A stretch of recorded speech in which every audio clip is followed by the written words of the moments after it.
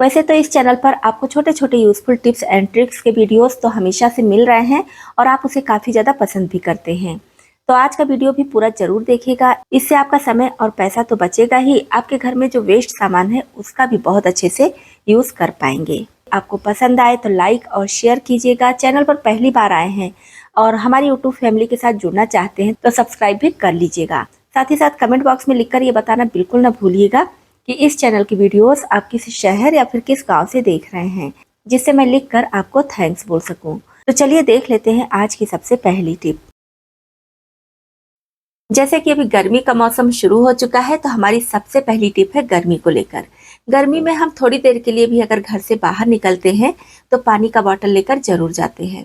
अब दिक्कत ये होती है कि हाथ में हम पानी का बोतल टांग के तो ले नहीं जा सकते, इसको किसी बैग में या फिर पर्स में रखते हैं। तो अगर इसको डायरेक्ट ही ऐसे बैग में या पर्स में रख लेते हैं तो बॉटल इधर से उधर लुढ़कता रहता है या फिर टेढ़ा होने का डर होता है, तो इसकी वजह से बैग में पानी गिरने का भी डर रहता है।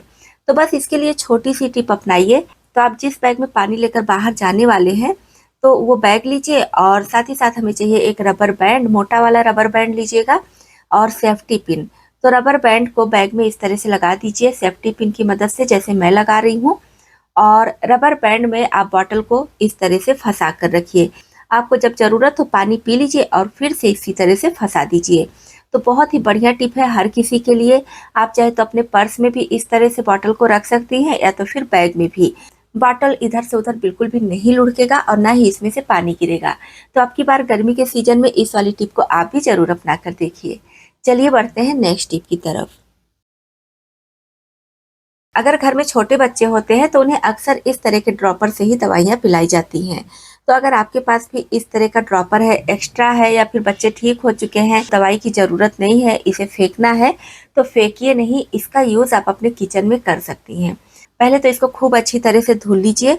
तो किसी बर्तन में थोड़ा सा पानी लीजिए और इस तरह से इसको अच्छे से धुल लीजिए। इसमें जितनी भी दवाई वगैरह लगी होगी सब बहुत अच्छे से साफ हो जाएगा।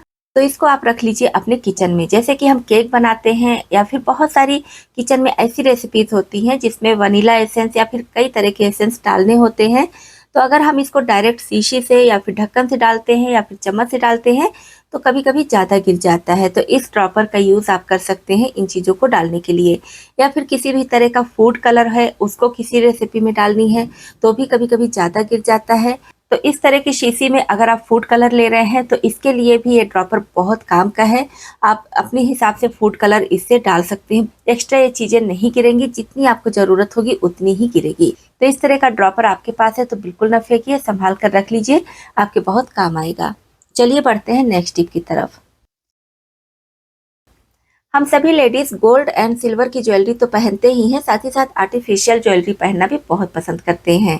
तो अगर आपके पास भी कोई आर्टिफिशियल ज्वेलरी है और उसे ऐसे डायरेक्ट ही रखी है पॉलीथीन में या फिर किसी डिब्बे में, पैकेट में, तो ऐसे बिल्कुल न रखिए, क्योंकि ऐसे इसका कलर फेड हो जाएगा और फिर आपकी ज्वेलरी बेकार दिखेगी।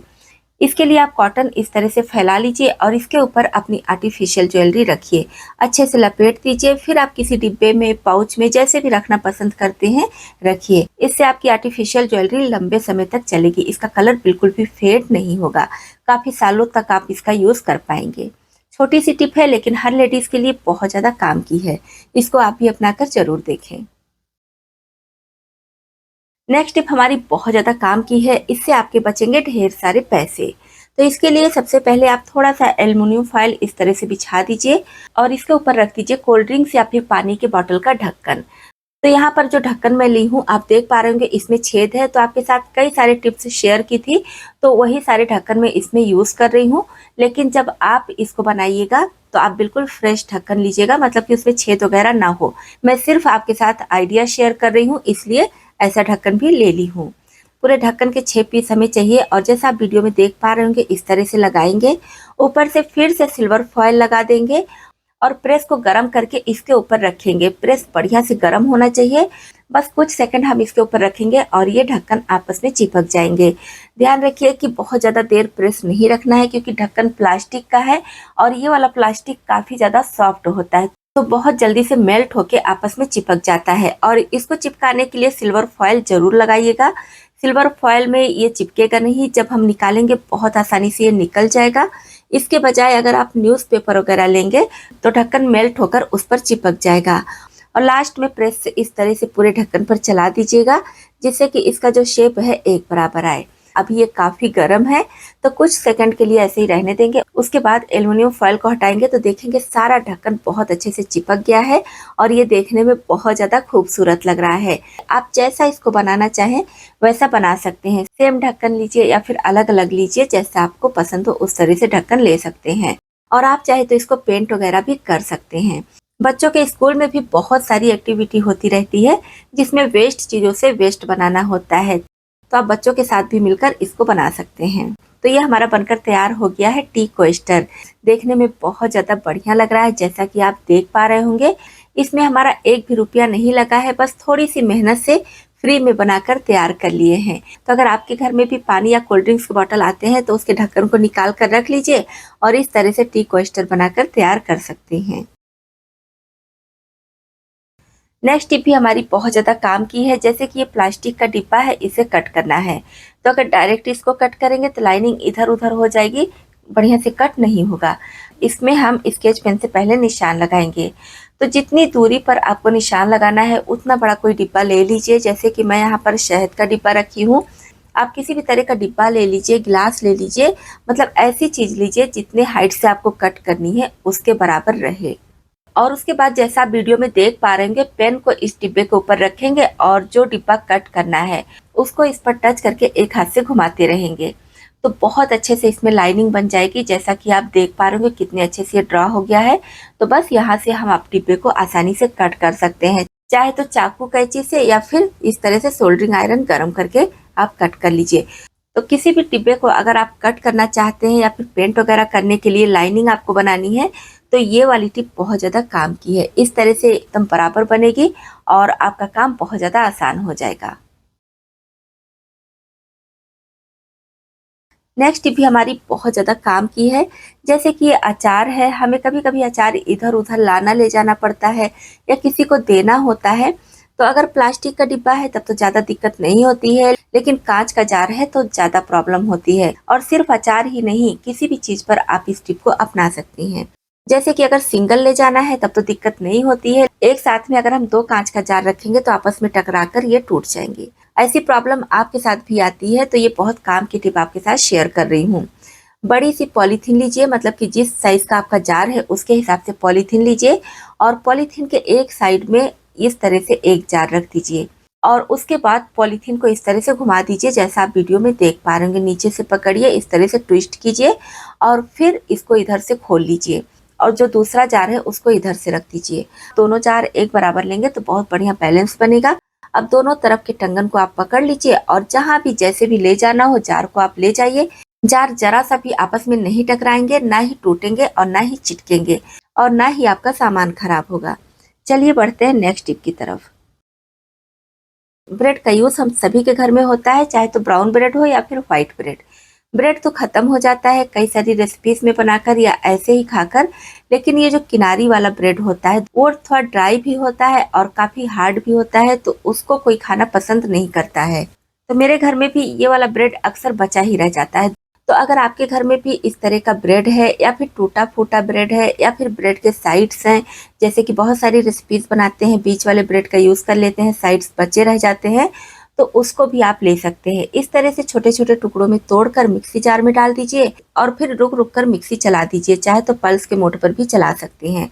तो ये बढ़िया से ग्राइंड हो जाएगा। अब अगर आप इसको लंबे समय के लिए रखना चाहती हैं, तो धूप में खूब अच्छी तरह से सुखा लीजिए एकदम कुरकुरा होने तक, और चाहे तो मोटे तले की कढ़ाई में डालकर लो फ्लेम पर चलाते हुए 5 से 6 मिनट तक भून लीजिए, तो भी बढ़िया से ये कुरकुरा हो जाएगा। और अगर आपको लंबे समय के लिए नहीं रखना है, तुरंत इसका यूज़ करना है, तो आपको ड्राई करने की ज़रूरत नहीं है, तुरंत ही आप इसका यूज़ कर लीजिए। तो ये हमारा जो ब्रेड इधर-उधर पड़ा था, कोई इसको खाता नहीं है, बेकार हो चुका था, तो उससे हम मार्केट में मिलने वाला महंगा ब्रेड क्रम्स बनाकर तैयार कर लिए हैं।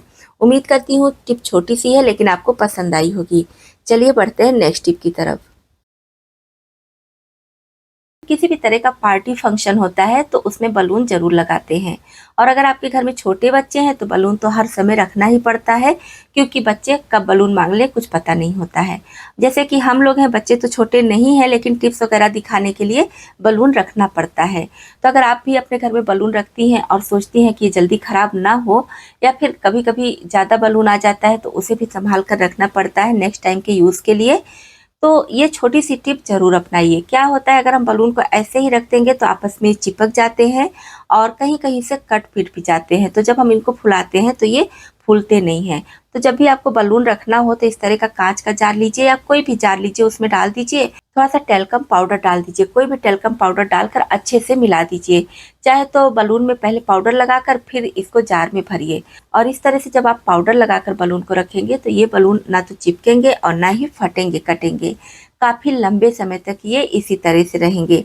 और ये आज का बलून नहीं है, करीब 2 साल पहले का ये बलून है। मेरे कई सारे वीडियोस में आप देखे होंगे सेम बलून। मैं इसमें से निकाल कर जिस भी टिप की ज़रूरत पड़ती है दिखाती हूँ, और बाकी जो बचता है उसको फिर से इसी तरह से स्टोर करके रख लेती हूँ। तो आपके पास भी अगर बलून ज़्यादा है तो इस टिप को ज़रूर अपनाइए, बहुत काम की टिप है।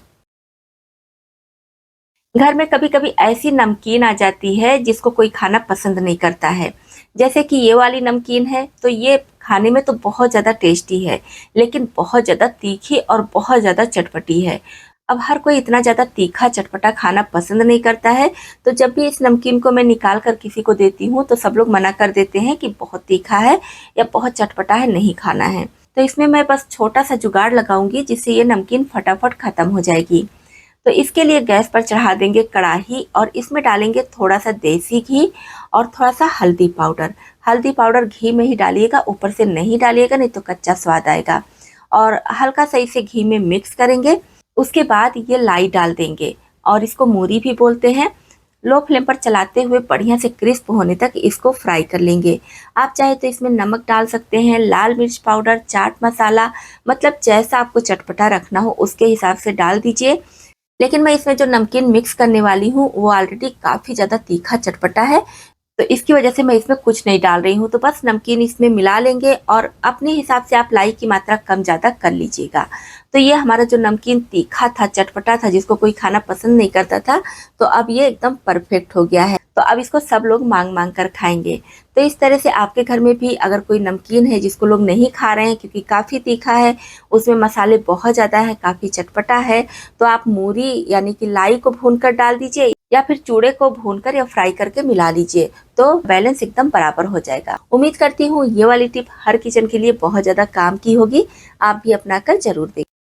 दोस्तों, ये थे आज के कुछ यूजफुल टिप्स। आपको कौन सी टिप ज़्यादा पसंद आई, कौन सी पहले से पता थी, कमेंट बॉक्स में लिखकर जरूर बताइएगा। चैनल पर पहली बार आए हैं, अभी तक सब्सक्राइब नहीं किए हैं तो प्लीज़ सब्सक्राइब भी कर लीजिएगा।